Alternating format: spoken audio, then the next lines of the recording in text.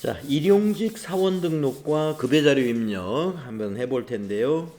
우리 시험에서는 일반 근로자에 대한 것도 시험에 나올 수 있고 대신에 일용직 사원으로 시험에 낼 수도 있고 하니까 두 가지를 다 알아둬야 됩니다. 자, 필요 지식을 보면은 1급이나 시급제 등 우리가 1급이나 시급제 사원을 우리가 일용직이라고 합니다. 그래서 1급이나 시급제 등 일용직 사원에 대한 급여를 입력하는 메뉴가 되겠습니다. 그리고 거기에서 근로소득세액을 산출할 수가 있습니다. 자, 일용직 사원의 소득세 계산 구조. 우리가 이론 공부할 때 여러분 그 표가 하나 있었죠. 그거 꼭 기억하시라고 그랬습니다. 그래서 일용직 사원의 소득세 계산 구조를 보면은 일용직 급여에서 근로소득 공제를 뺍니다. 근로소득 공제는 하루에 15만 원씩이에요. 1일당 15만 원. 그래서 뺀 것은 이제 과세 표준이고 그 과세 표준에다가 세율 6%를 곱합니다. 그러면 일용직 사원의 근로소득에 대한 산출세액이 나오는데 산출세액을 다 내는 게 아니라 산출세액에서 근로소득 공제를 빼줍니다. 근로소득 공제는 산출세액이 55%예요. 그러니까 결정세액은 45%가 결정이 되는 거예요. 산출세액의 45%가 결정세액으로 소득세로 산출이 되는 겁니다. 이런 구조 꼭 알고 계셔야 되고 이제 계산을 왜 할 줄 알아야 되느냐면은 이론 시험에서는 계산하는 문제가 나올 수도 있기 때문에 알고 계셔야 되고 실무에서는 계산은 프로그램에서 계산은 해줍니다. 자, 우리가 이제 일용직 사원 등록을 할 때 부서 어느 부서에 근무했는지 그 다음에 급여 형태가 시급직인지 1급직인지 이런 것 등을 정하는데 부서의 부서 코드가 만들어져 있지 부서 등록이 선행되어 있어야 되는데 부서 등록이 선행되어 있지 않으면 이제 부서는 우리가 입력할 수가 없겠습니다. 회계 처리하고는 관련은 없습니다만은 일용직 사원에는 이제 부서와 급여 형태 이런 것 등이 있어요. 그 다음에 일용직의 급여 자료 입력을 할 때 급여를 매일 지급으로 선택하거나 일정 기간 단위 지급하거나 이 둘 중에 하나를 선택하는데 소득세 산출 방식이 서로 달라집니다. 어떤 차이가 있냐면 매일 지급을 선택했을 때 만약에 소득세 산출세액이 1,000원 미만으로 나왔다. 990원이 나왔다. 그러면 소액 부징수, 즉 세금을 징수하지 않습니다. 그래서 매일 급여를 받는 사람들은 세금이 1,000원 미만으로 나왔을 때는 세금을 공제하지 않고 그냥 그 일당을 다 주는 거고 일정 기간 단위 지급으로 그러한 경우에는 소득세가 1,000원 미만이라 하더라도 소득세가 산출이 됩니다. 그런 차이가 있다. 자, 원천징수 이행상황 신고서의 제출은 지난 시간에 우리가 일반 근로자의 급여 자료를 입력하고 마무리할 때 원천징수 이행상황 신고서 이 얘기를 했죠. 똑같습니다. 일용직 사원이든 일용근로 사원이든 근로소득에 대한 원천징수가 있을 때 다음 달 10일까지 원천징수 이행상황 신고서와 함께 세금을 납부해야 된다. 자, 수행과제 한번 해볼게요. 관리부의 일용직 사원 신민경에게 1급 20만 원으로 12월분 근무 일수에 대하여 12월 15일 임금을 지급하기로 한다. 네. 여기서 이제 임금이라는 표현을 썼네요. 임금. 네. 보통 사무직 사원들의 경우에는 이제 급여라고 하는데 급여.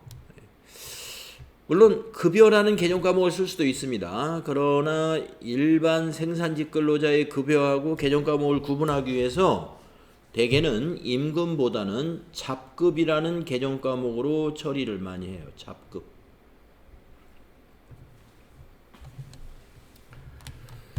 자, 일용직 사원 신민경 씨 일당은 20만 원입니다. 1급제고요.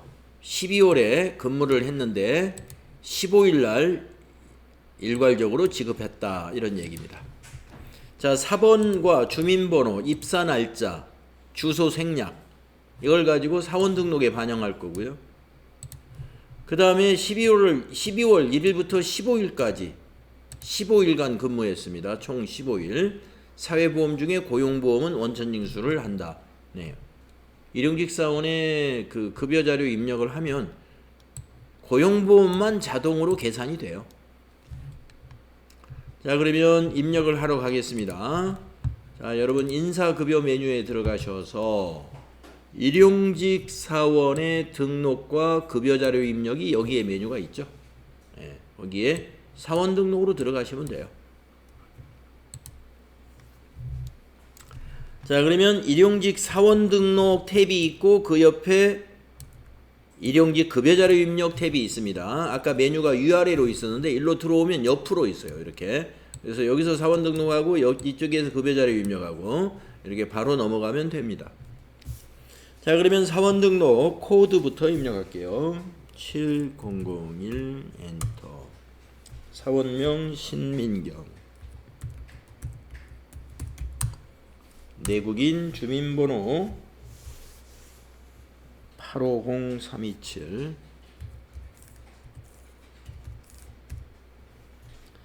200000009라 아유 뒤에가 9 입사 날짜 2024 1201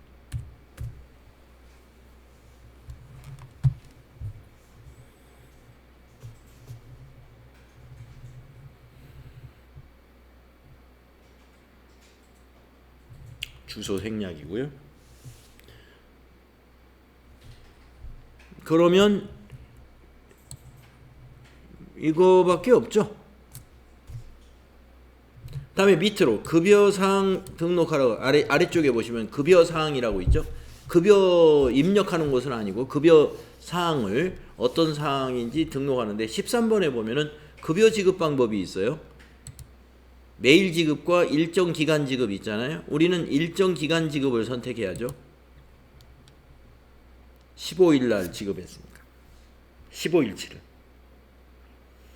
그 다음에 14번에 정상급여에다가 1당 1급직 선택하시고 여기다 1당을 입력하는 거예요. 20만원. 1급직으로 20만원 정상급여에 넣어주시고 연장근로는 내용이 없으니까 지나가시고 나머지 다 기본값으로 이대로 두면 됩니다. 자, 그런데 20번에 보면은 여러분이 알고 가야 될 것이 있는데요. 20번에 계정과목 설정이라는 곳에 보면 604번 임금으로 되어 있거든요. 근데 지금 우리 회사는 여러분 알다시피 지금 계속 2001번으로 하고 있잖아요. 아니 2100번. 3일전자는 컴퓨터 제조 판매하는 회사거든요. 600번대 코드는 쓸 일이 없어요. 600번대는 분양, 도급 원가에 해당되는 거니까 이거는 바꿔줘야 되겠습니다. 자, 여기 임금을 여기 물음표 단추를 누르셔가지고 계정 과목을 잡급을 한번 검색해 보세요. 잡급 코드가 2개가 나오네요. 500번대 잡급은 생산부의 일용직 사원 제조원가로 반영되는 일용직 급여가 되는 거고 800번대 잡급은 관리부나 영업 파트의 일용직 사원의 급여가 되겠습니다. 판매 관리비로 손익계산서로 가는 비용이 되죠. 그래서 우리는 805번을 선택하겠습니다. 만약에 여러분이 시험 보실 때 일용직 사원의 소속이 어느 소속인지 공장인지 관리부인지 영업부인지 이런 말이 없으면 밑에는 그냥 기본값으로 그대로 두고 가도 돼요. 두고 가도 되는데 이 문제에서는 관리부 일용직 사원이라고 해 주었기 때문에 그렇다면은 급여에 대한 회계 처리가 그 급여에 대한 비용 처리가 어디로 가야 돼요? 판매관리비로 가야죠. 그래서 805번으로 해주는 겁니다. 소송 얘기가 없으면 그 부분에 대해서 평가하지 않을 거니까 밑에는 그냥 두시는데 이거가 제일 중요해요. 이 부분. 이 두 개를 정확하게 이 부분이 아니죠. 지나갔습니다. 여기 이 부분하고 이 부분 정확하게 입력하시면 돼요. 자, 그 다음에 이제 급여자료 입력을 하는데요. 그 옆에 탭 일용직 급여 입력해가지고 여기에서 사원을 불러냅니다. 우선 귀속 연월일은 12월에 일한 거잖아요. 12월로 선택하시고 지급 연월일도 12월 15일에 지급한 거죠. 그래서 여기서도 12월. 우리가 부서는 등록을 해놓지 않았기 때문에 그냥 엔터로 전체로 지나가겠습니다. 그러면 신민경 한 사람 나타날 겁니다. 우리가 이제 신민경을 클릭하면 오른쪽에 12월 1일부터 12월 31일까지의 이렇게 달력이 나타나요. 여기서 마우스로 여기 X라고 근무가 지금 X로 되어 있는 것을 동그라미로 바꿔주면 그날의 급여가 반영돼요. 자, 1일을 클릭하면 동그라미로 바뀌고 지급액 정상 20만원, 고용보험료 1,800원, 소득세 1,350원 이렇게 계산이 되고 있죠. 자, 동그라미 15개를 해주세요. 15일까지.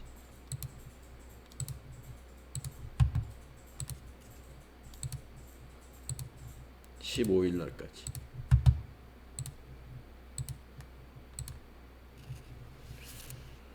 (1일) 날부터 (15일) 날까지 마우스를 클릭을 해서 동그라미로 해주게 되면은 여기 밑에 합계의 최종 근무일 15일이라고 나오고요. 지급액의 합계가 300만 원이라고 나왔네요. 고용보험료 27,000원. 그리고 소득세는 2250원, 지방소득세가 1950원, 그리고 임금 총액은 300만원, 공제액 총계는 49,200원 이렇게 되겠습니다. 차인 지급액 295만 800원. 이렇게 일용직 사원 신민경 씨의 12월에 15일간 일한 것에 대한 소득세도 산출하고 급여 내용도 입력을 한 거예요.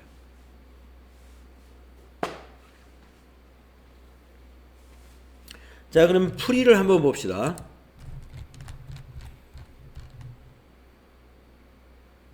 네, 이렇게 이 부분이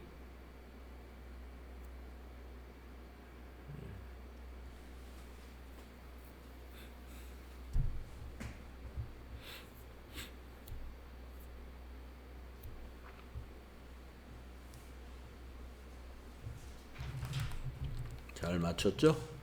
일용직 급여 입력 이렇게 했죠. 자, 원천징수 이행상황 신고서를 12월로 작성을 하게 되면은 우리가 일반 근로자 3명 12월달 급여 만들어 놨잖아요. 그것하고 지금 입력한 일용직 사원 1명에 대한 세금 내역을 신고할 수 있는 원천징수 이행상황 신고서가 만들어지겠죠? 한번 조회해 보세요. 자, 원천징수 이행상황 신고서를 이번에는 귀속 12월부터 12월까지, 지급기간도 12월부터 12월까지로 정기신고로 작성해 보세요.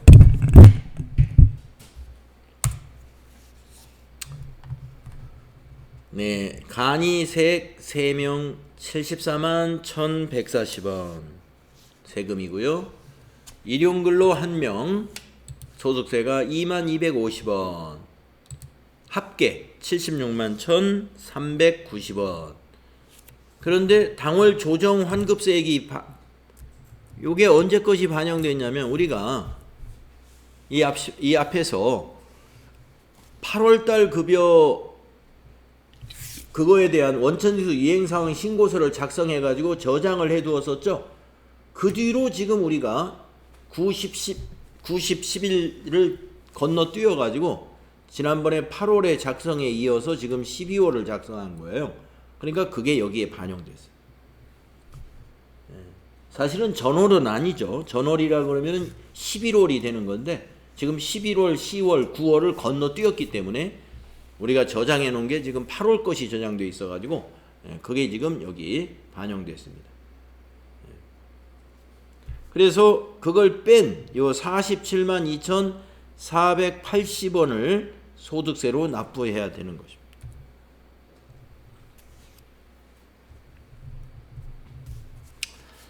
네, 이렇게 해서 우리가 일용직 사원의 사원 등록과 그리고 급여자료 입력을 실습해 봤어요.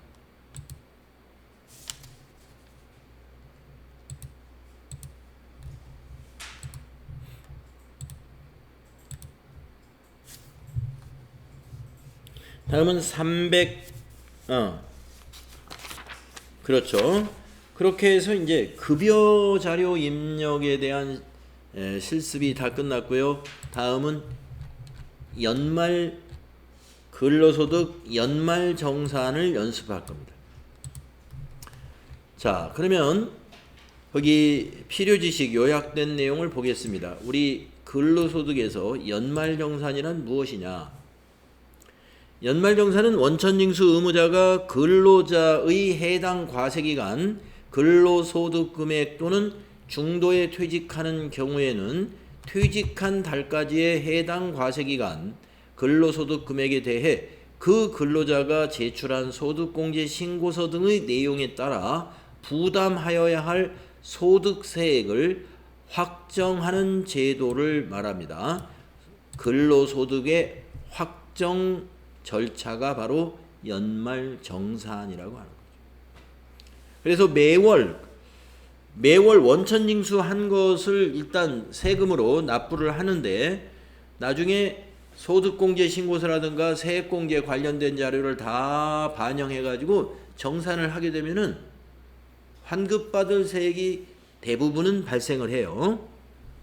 그래서 정산을 통해서 환급을 받는 근로자들이 많이 있고 그러지 않을 수도 있습니다. 매월 급여에서 원천징수한 세금이 너무 작다. 자기의 조건보다 너무 작게 세금을 원천징수했었다라고 한다면은 정산할 때 결정세액이 더 많아졌을 때는 2월 달에 오히려 세금을 더 내야 하는 그런 부담도 있을 수 있습니다. 자, 연말정산은 매년 2월에 지난 회계연도 거를 하고 있습니다. 2월 급여 지급 시 하고 있다. 알고 계시고요. 다음 2번을 보시면 둘 이상의 근무지가 있는 근로자는 어떻게 해야 되느냐? 둘 이상의 근무지 있을 수도 있겠죠.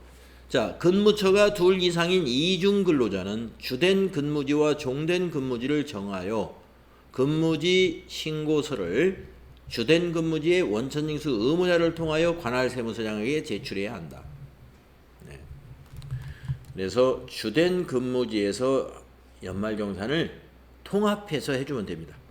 또한 주된 근무지 원천징수 의무자는 종된 근무지 원천징수 의무자에게 그 사실을 통보해야 한다.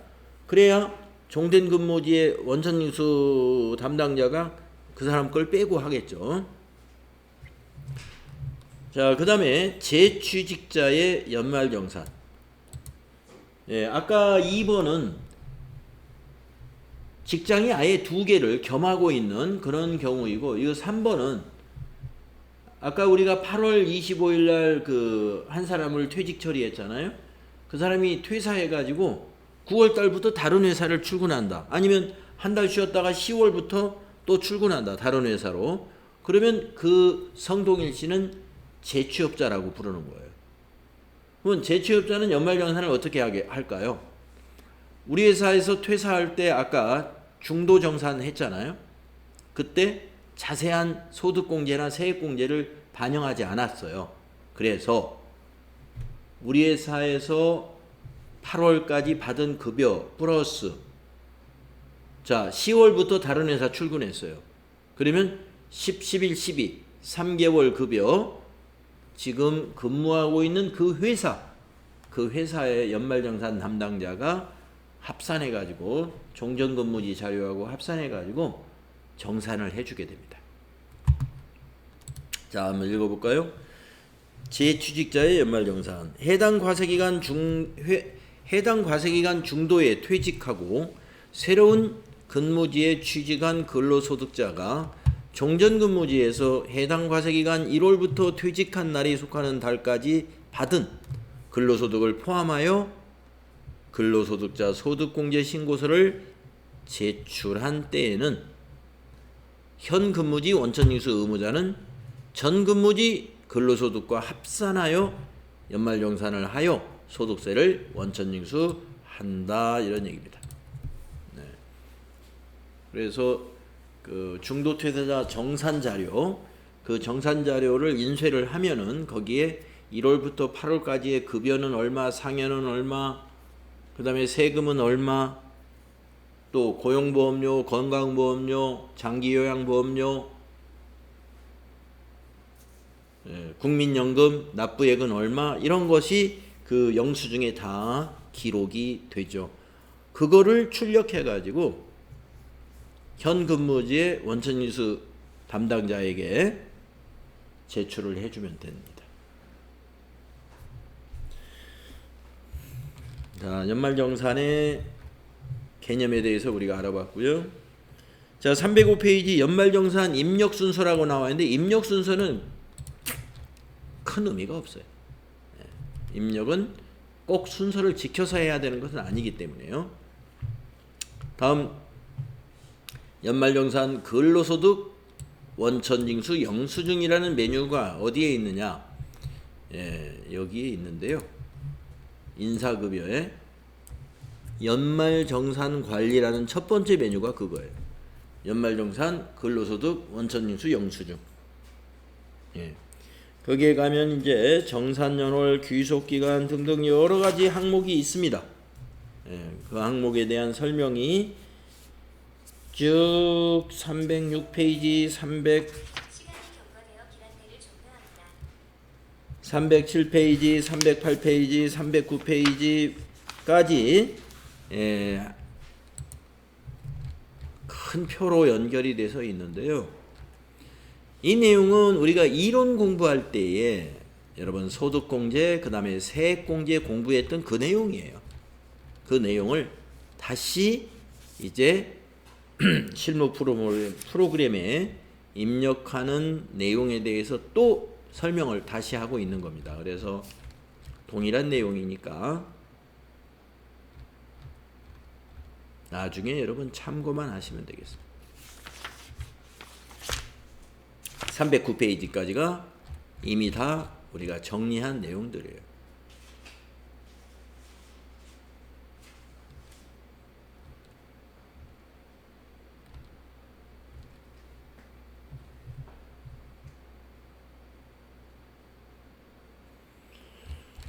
자, 그러면 이제 310페이지 거는 좀 설명을 하고 가겠습니다. 310페이지에 I can 박스에 보면은 1번 부양가족 소득공제 여부 판단 시 참고사항. 우리가 부양가족에 대해서 소득공제라든가 세액공제, 여기서 소득공제라고는 했습니다만 소득공제는 신용카드를 가리키는 거고, 우리가 기부금, 교육비, 의료비 요 세 가지, 연금저축 이거는 세액공제죠. 주택자금은 소득공제래요. 그러니까 소득공제하고 세액공제가 지금 같이 섞여 있습니다만은 부양가족들에게 지출한 내용 중에서 이러한 내용이 있는데, 그때 소득이나 세액공제의 금액으로 봐야 되느냐 보지 말아야 되느냐를 판단할 때 이 표를 참고하셔라 하는 거예요. 이 표. 자, 우선 여러분이 보험료 그리고 의료비를 딱 비교해 보겠습니다. 자, 요건은 나이 요건과 소득 요건인데요. 보험료를 먼저 보게 되면 나이 요건과 소득 요건이 모두 동그라미가 들어가 있어요. 이 동그라미는 뭐냐면은 나이 요건과 소득 요건이 맞아야 된다. 예, 소득 요건, 나이 요건, 소득 요건에 제한이 있다 이 말이에요. 제한이 있다. 자, 나이의 제한이 뭐예요? 보험료에 나이의 제한이 무슨 말이냐면, 예를 들면 직계 존속은 60세 이상, 직계 비속은 20세 이하, 형제 자매는 20세 이하이거나 60세 이상, 그러한 조건을 말하는 거예요. 나이 조건에 제한이 있다. 그 다음에 소득 요건 동그라미 제한이 있다. 소득이 없어야 된다 이 말씀이죠. 예, 그래서 보험료가 소득공제나 세액공제 받는 요건에 가장 까다로워요. 이게 보험료가 제일 까다로운 거예요. 왜냐하면 나이 요건도 맞아야 되고 소득 요건도 맞아야 되니까. 자, 동그라미 2개라는 거 기억 잘 하십시오. 여러분들 이제 평가시험 볼 때 소득세에서 제가 이거 지금 괄호 미리 말씀드리면 여기다 이렇게 괄호를 다 쳐놨어요. 이렇게 괄호를 쳐놨어요. 네? 이런 거 이렇게 괄호를 쳐놨어요. 그러면 여러분이 괄호에다가 이제 뭔가를 OX를 넣거나 이런 단어를 넣어줘야 돼요. 이런 단어를. 자, 그러면 이 복잡한 걸 어떻게 그걸 OX를 하지? 이게 간단합니다. 자, 지금 말한 대로 보험료가 제일 까다롭다고 그랬어요. 까다롭다는 건 동그라미 다 치면 돼요. 보험료 동그라미 3개. 자, 옆에 것까지 아예 묶어서 설명을 드리자면은 이 세 번째 거 이게 뭐냐면은 근로기간에 지출한 비용만 공제한다 이 뜻입니다. 근로기간이면은 A라는 근로자가 근로한 기간, 예를 들어서 아까 우리 생산직사원 이진표 씨인가요? 네, 그 사람이 6월 달에 입사했죠. 6월 1일 날부터 근로기간이 12월 31일까지 근무했잖아요. 이 근로한 기간에 보험료 나간 것만 해당되는 거예요. 그 얘기입니다. 근로기간에 지출한 비용만 공제한다. 그래서 보험료 동그라미 3개. 그러니까 제가 아마 이쪽에는 동그라미 이쪽에는 괄호를 안 쳐놓은 것 같아요. 이건 안 쳐놨으니까 거의 다 동그라미예요. 근데 이제 요거 X가 연금저축하고 기부금은 근로기간에 지출하지 않고 근로기간 이전에 지출한 것도 다 반영해 줍니다. 연금저축하고 기부금은. 나머지는 다 근로기간에 지출한 거야 돼. 자, 다시. 자, 여러분 보험료 동그라미 2개, 의료비는 X 2개. 자, 나이 요건, 소득 요건이 있는데 의료비는 나이도 요건을 보지 않아요. 소득 요건도 보지 않습니다. 무슨 얘기냐 하면은 우리가 자녀의 기본공제의 요건이 뭐냐면 나이 요건에서 20세 이하가 기본공제의 요건이지 않습니까? 직계 비속의 경우에. 근데 의료비를 지출한 거는 20세 이하 아닌 30세 자녀의 의료비를 지출했어도 소득자가 의료비를 지출한 거라면 해당이 되는 거예요. 그 다음에 소득 요건. 자, 30세인 자녀가 소득이 있는 자녀예요. 그래도 의료비 지출로 세액공제 적용을 해준다. 아시겠죠? 예. 이런 얘기입니다. 그래서 의료비의 경우는 직계 존비속 배우자 또는 형제 자매 이러한 그 가족 생계를 같이 하고 있는 그런 가족 관계에서 생계를 같이 하지만 소득이 있는 가족들이 모여서 생계를 같이 할 수도 있는 거잖아요.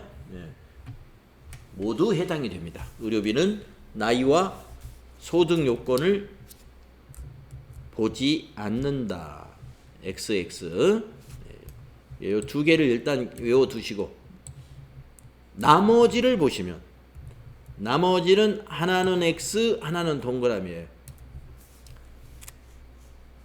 그럼 여러분 다 외운 거예요, 이게. 자, 나머지가 뭐냐? 기부금, 교육비, 신용카드. 기부금, 교육비, 신용카드인데 주로 안 보는 게 뭐예요? 예, 나이는 안 봐요. 이 세 가지가. 기부금, 예, 아까 말씀드린 대로 30세 된 자녀가 교회에 기부했다. 이것도 기부금으로 볼 수 있어요. 연말정산에 반영할 수 있어요.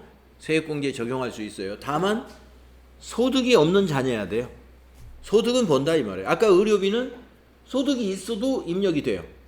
근데 기부금은 그 30세 자녀가 근로소득이 있다. 그러면은 연간 총급여가 500만 원 이상이면은 기부금으로 입력하지 않습니다. 나이 소득 요건은 본다 이 말이에요. 교육비도 마찬가지입니다. 교육비 나이 요건은 안 봐요. 23세 된 대학생 자녀가 있어요. 20세가 넘었죠? 나이 안 봅니다. 교육비는. 그러나 소득 요건은 봐요. 그 대학생 자녀가 직장을 갖고 있어요. 그래서 연간 500만 원 이상의 총급여가 있다. 그러면 교육비도 그 자녀의 교육비는 입력해서는 안 된다 이 말이죠. 그 다음에 신용카드 사용. 나이 안 봅니다. 그러나 역시 소득은 봅니다. 소득이 있으면 그 사람 사용 금액은 입력해서는 안 된다. 네, 그래서 정리하겠습니다. 보험료는 모두 본다. 의료비는 모두 XX. 그리고 나머지는 나이는 X, 소득만 동그라미. 그 다음에 비고사항을 보세요. 기부금에서 우리가 특이할 사항, 여기다 동그라미를 딱 해놓으면 정치자금이라고 쓰면 돼요. 기부금 중에 동그라미는 본인 지출만 공제 가능하다 이렇게 써놨단 말이에요. 그러면 여기 동그라미에 들어갈 게 뭐예요? 정치자금은. 기부금 중 정치자금은 본인 지출만 적용한다 이 말이고 공제 가능하다 이 말이고 교육비에다가도 비곤 안에 이렇게 괄호 쳐놨을 거예요. 이렇게 무엇의 교육비는 공제 불가능하다.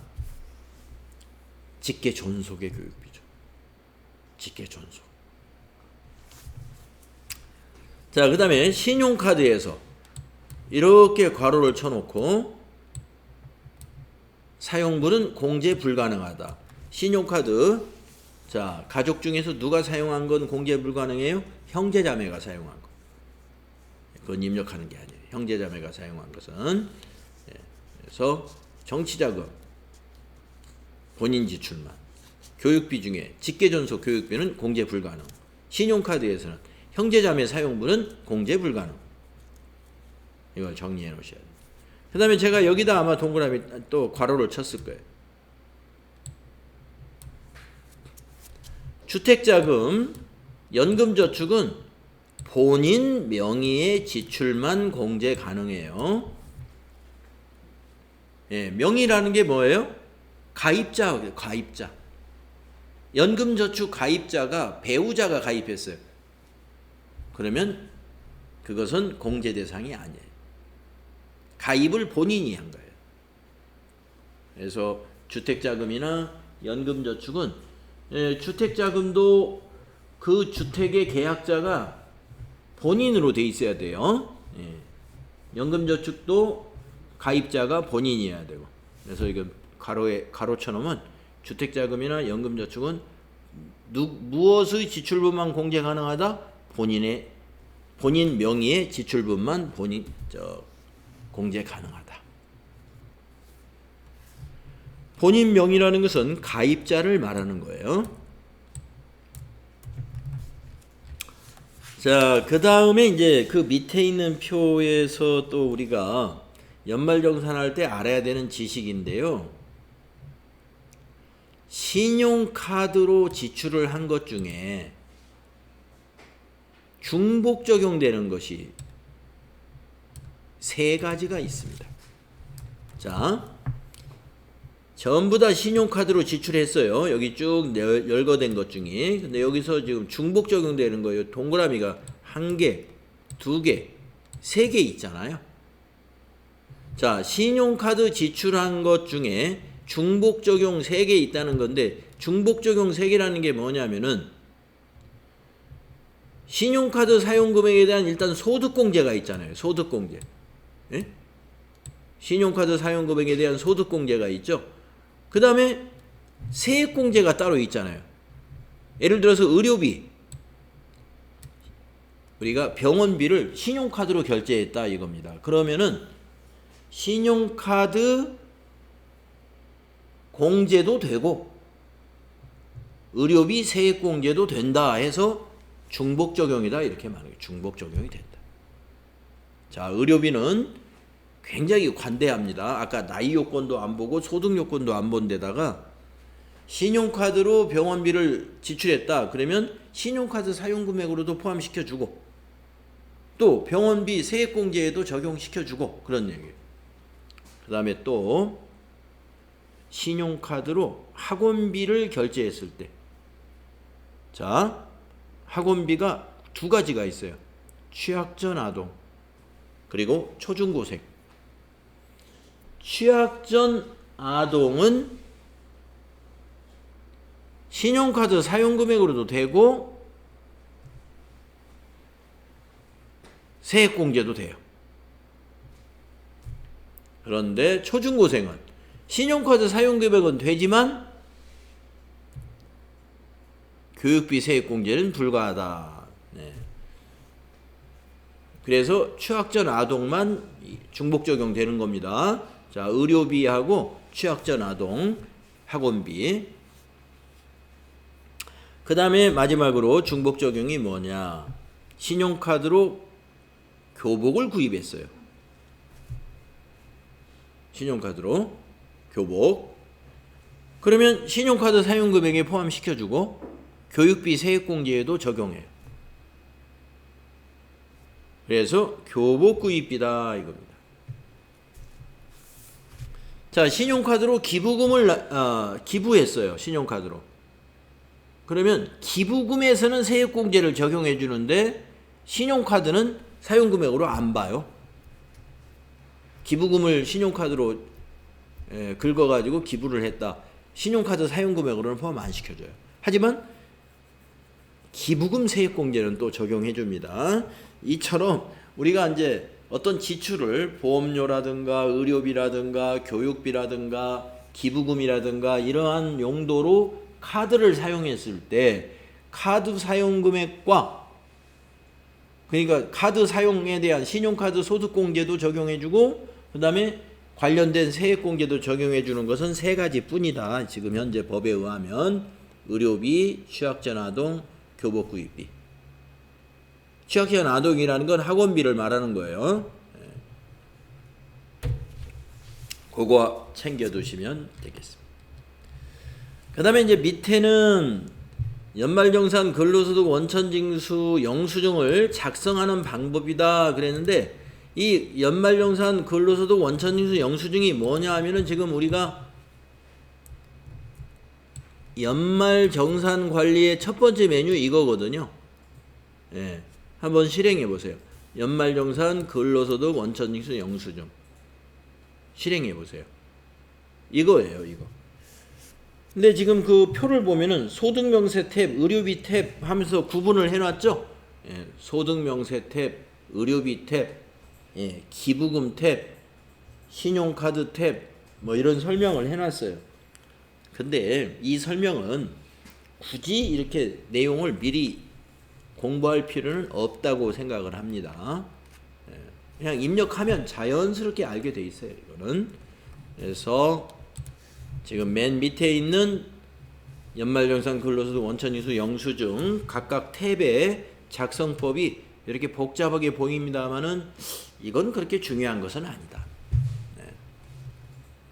그냥 입력하면 다 할 수 있습니다. 자, 그러면 한 사람 거 입력을 하고 좀 쉬어볼게요. 한 사람 거.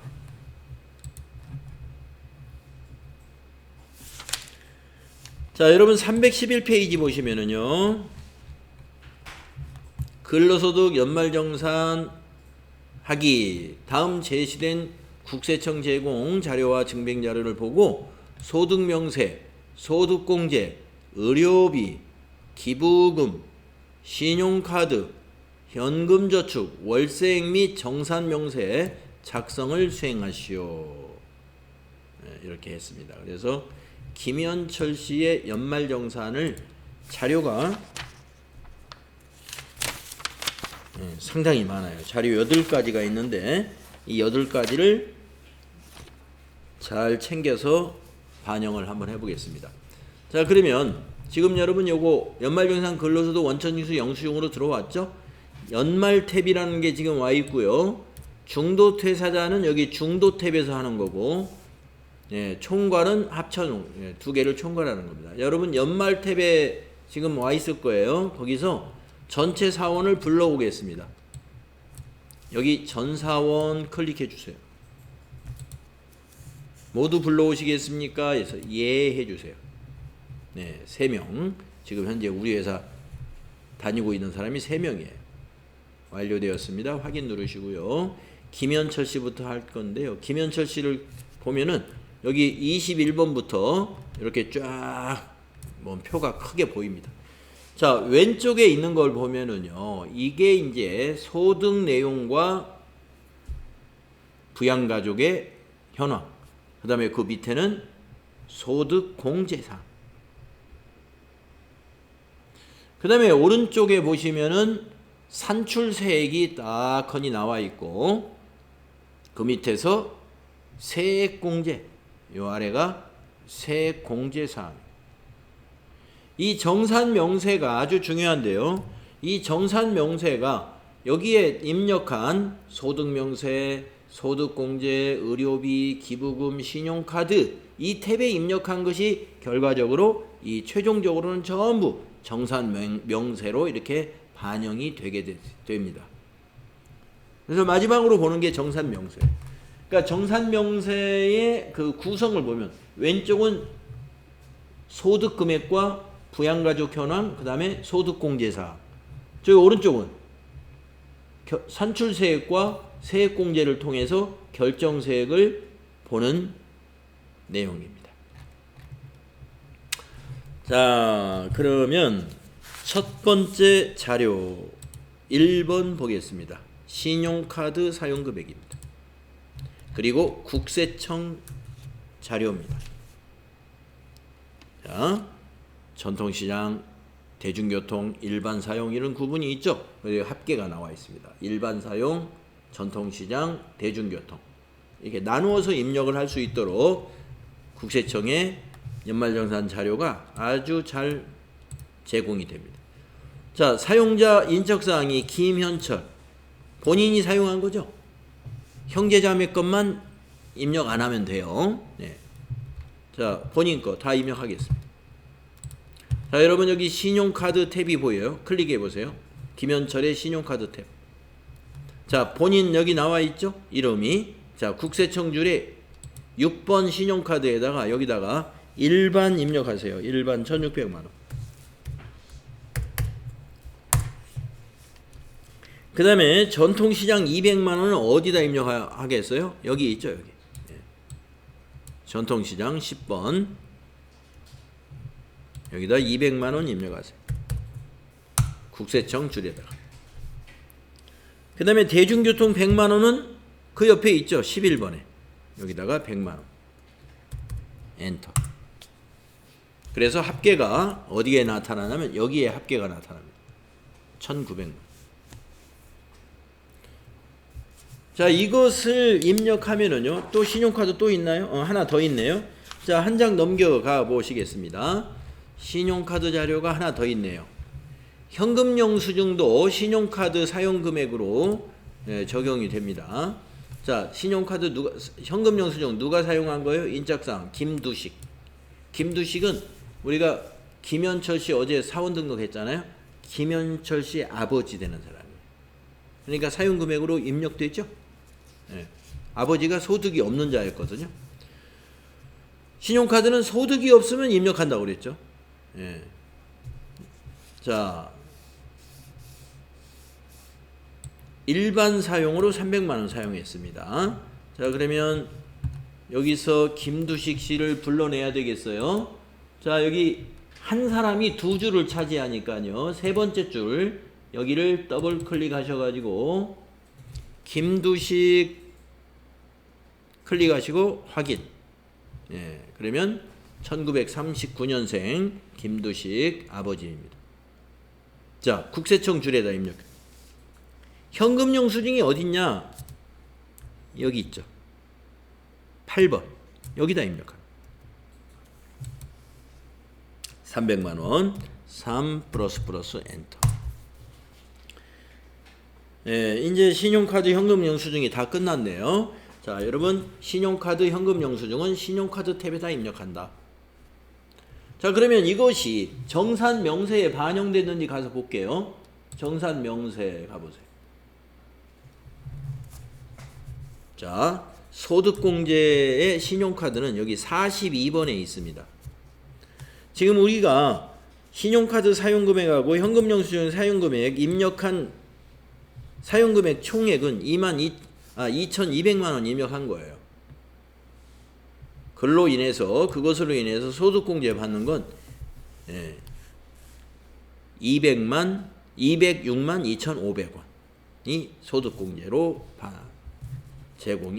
공제를 받을 수가 있게 됐습니다.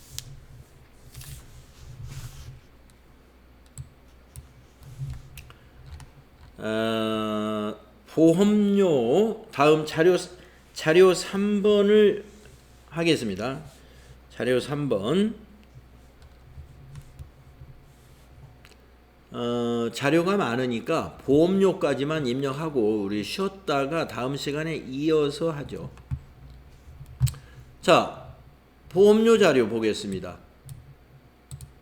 계약자가 누구여야 되겠어요? 김현철 씨.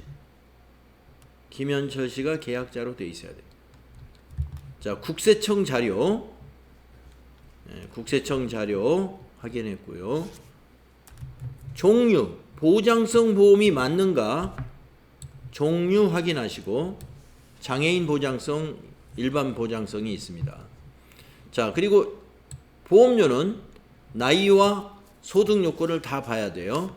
그래서 김현철 본인이니까 이건 무조건 오케이고, 박정은 배우자죠. 이건 한번 봐야 돼요. 배우자의 소득이 있는 사람인지. 배우자는 나이는 볼 필요 없죠. 김재철 동생이죠.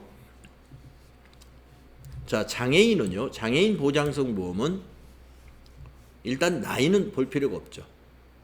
나이는 볼 필요 없습니다. 소득이 있는가만 보시면 되겠습니다. 자, 그러면 보험료를 어디다 입력하느냐 하면요. 여기 보시면 보험료라는 탭이 없죠. 보험료하고 교육비는 여기 소득공제에 가면 있어요. 소득공제를 클릭해 보시면은요. 여기 보험료 열이 만들어져 있습니다. 그리고 나이 요건과 소득 요건이 제한이 걸린 사람에게는 이렇게 회색으로 쫙 돼 있어요. 회색으로. 그러니까 김장일 씨는 지금 기본공제가 부로 되어 있죠. 부로 되어 있죠. 기본공제가 부라는 건 나이 요건이나 소득 요건 중에서 하나가 안 맞은 겁니다. 하지만 나머지 사람은 전부 다 기본이 부가 아니지 않습니까? 그러니까 보장성 보험료 모두 입력 가능해요. 하얗게 되어 있는 셀은 입력이 가능한 셀입니다. 보험료에서는 이렇게 자동으로 프로그램이 체크해 줘 가지고 판단하기 참 좋아요. 자, 입력하겠습니다. 보장성 김현철 본인 거. 자, 김현철의 국세청의 보장성. 여기 클릭하고 여기다 80만 원. 엔터. 그다음에 박정은 피보험자 박정은 배우자 맞죠? 보장성 국세청에다가 70만 원. 그 다음에 장애인 보장성 김재철 국세청줄 여기요. 장애인 열에다가 90만 원.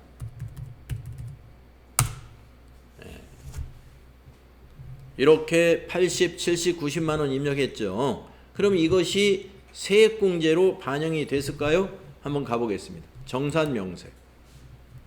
정산명세로 다 집결이 되는 거예요. 자, 보험료 61번이 있습니다. 우리가 240만 원을 입력했어요. 80, 70, 90 다 더하면 240이죠. 이걸로 인해서 세액공제 받는 것은 25만 5천 원의 세액공제를 받게 되는 거예요. 계산이 자동으로 되죠. 이렇게.